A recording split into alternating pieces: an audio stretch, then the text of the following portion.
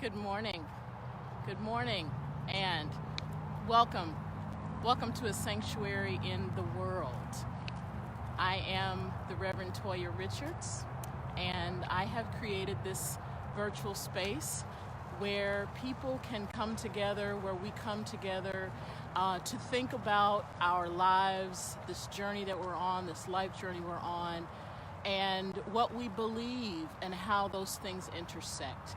It is a space where we reflect on our faith and our values and how those things mesh and line up with this world that we're engaged in on a daily basis. I come to you from different locations so that we can think about what it means to live this thing out called life outside of a brick and mortar space, but out in the world. I want the various spaces to be places where we can think from, where we can perhaps gain wisdom from. Today we are at the Minneapolis Sculpture Garden, and it's in downtown Minneapolis, Minnesota. You can see behind me some of the many sculptures that are here, some 40 works of art that are here. The Minneapolis Sculpture Garden is a joint project between the Minneapolis Parks and Recreation Board and the Walker Art Center, which is in front of me. And it is actually the largest sculpture garden in the country. And so people come here from all over the world really to look at this art and to look at what has been crafted.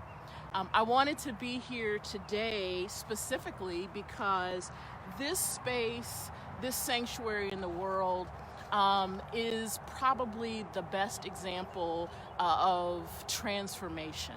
It's a wonderful example of how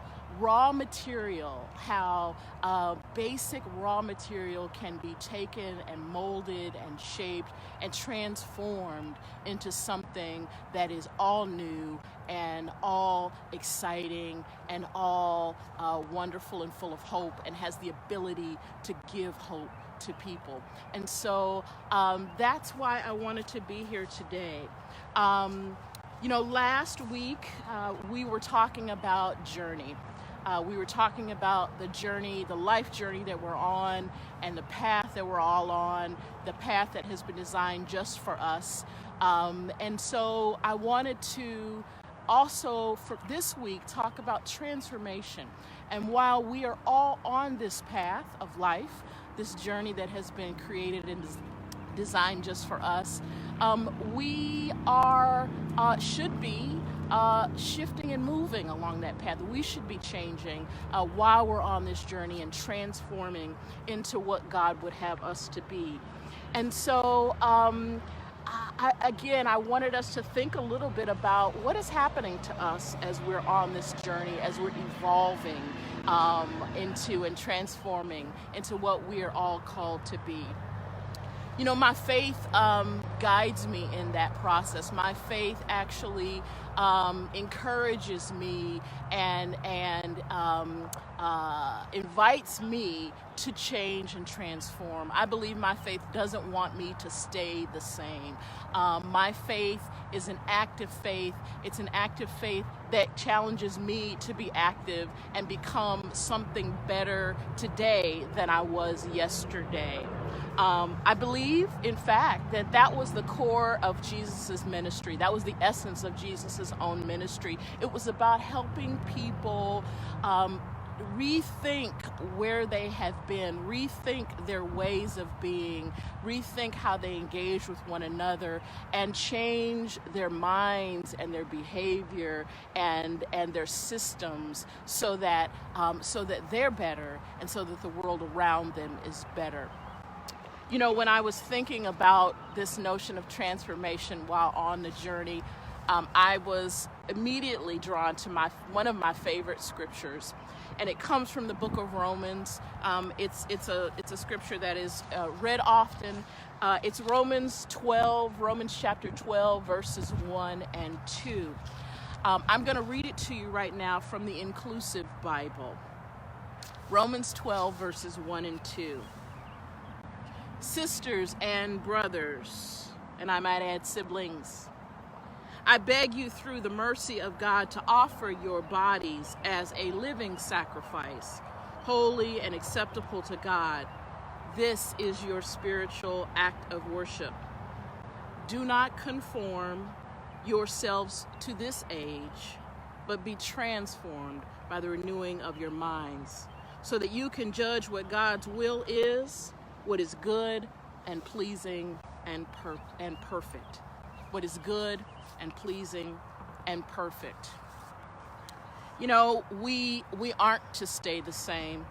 We are, in fact, supposed to, I believe, my faith tells me, we are supposed to transform. We are supposed to move into our better selves. And so I encourage you this week to think a little bit about how you're transforming. Are you transforming? Are you moving along in yourself, in the path that you're on? And so what are you doing? What are you doing to change? What are you doing to be the better self that God has called you to be? What questions are you asking? Are you thinking critically? Who are your dialogue partners? What are you reading? What are you listening to? What is it that you are engaging with on a daily basis so that you might move forward in this journey, so that you might transform, so that you might renew your mind? What happens when we renew our minds? We're able to discern what the Holy One would have. We're able to discern the will. We're able to move into the will of God, I believe.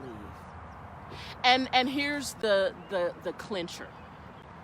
When we transform, when we change, we then can be agents of transformation out in the world. We aren't changing just for ourselves. We're changing so that we can be agents, so that we can be conduits for change out in the world. I also believe that that is what the Holy One would have us to be. When we change, we then can help systems change. We can help justice roll down. We can help people's lives to be impacted. We can, in fact, be agents of hope out in a world that desperately needs it.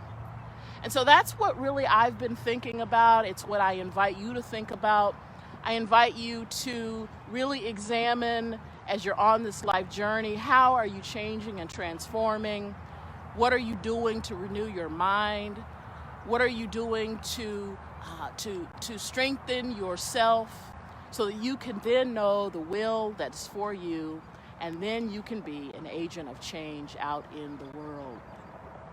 I invite you to meditate on that this week, to pray about that, to talk about that, to study on that, and to move forward in all that the Holy One would have for you. That is what my prayer is for you this week. That's what my prayer is for myself this week also. Well, if you have heard something, I hope you have heard something today that has encouraged you. I hope you have heard something today that has excited you, that has ignited you, and that has prompted you to want to do more, to change and transform. If you've heard something that you like today, I invite you also to go to my website, www.gracemultimedia.org. There you can listen to more sermons. You can read more about the social enterprise that I'm engaged in. You may also send me an email. There's a place there to do it, but you can also email me directly at toyarichards@gracemultimedia.org. You can book me as well. I'm welcome. I'm happy to come and speak virtually in this season that we're in. And then lastly, there's a place there where you can donate. There are 2 ways that you can donate electronically so that this ministry that I'm engaged in can keep going. I want to leave you with a word from one of my favorite books. It's called In the Spirit, and it's by Susan Taylor. It's an old book. It's a compilation really of inspirational writings that Susan Taylor, formerly the editor-in-chief of Essence magazine, compiled years ago. And so I want to read an excerpt from it, page 34, if you happen to have it or if you end up getting it. Listen to these words. Everything we experience along our journey, however pleasant or difficult it may be, is a lesson in living. If we approach life with this basic understanding and with the clarity and vision gained through the faith that we are always moving forward, we will see how the valleys and the rough places lead us to higher ground, to the mountaintop experiences. We journey for a purpose, to become compassionate and wise, to become healers and teachers, to learn to trust, stepping away from the crowd and committing ourselves to love. We were born to be reborn. Sometimes our lessons come daily, sometimes by the hour, but always our birth is an unending act. Life is a journey. It's a journey toward our truest self. It's a journey toward the light. My friends, have a wonderful week. Be blessed, and I will see you next time in A Sanctuary in the World.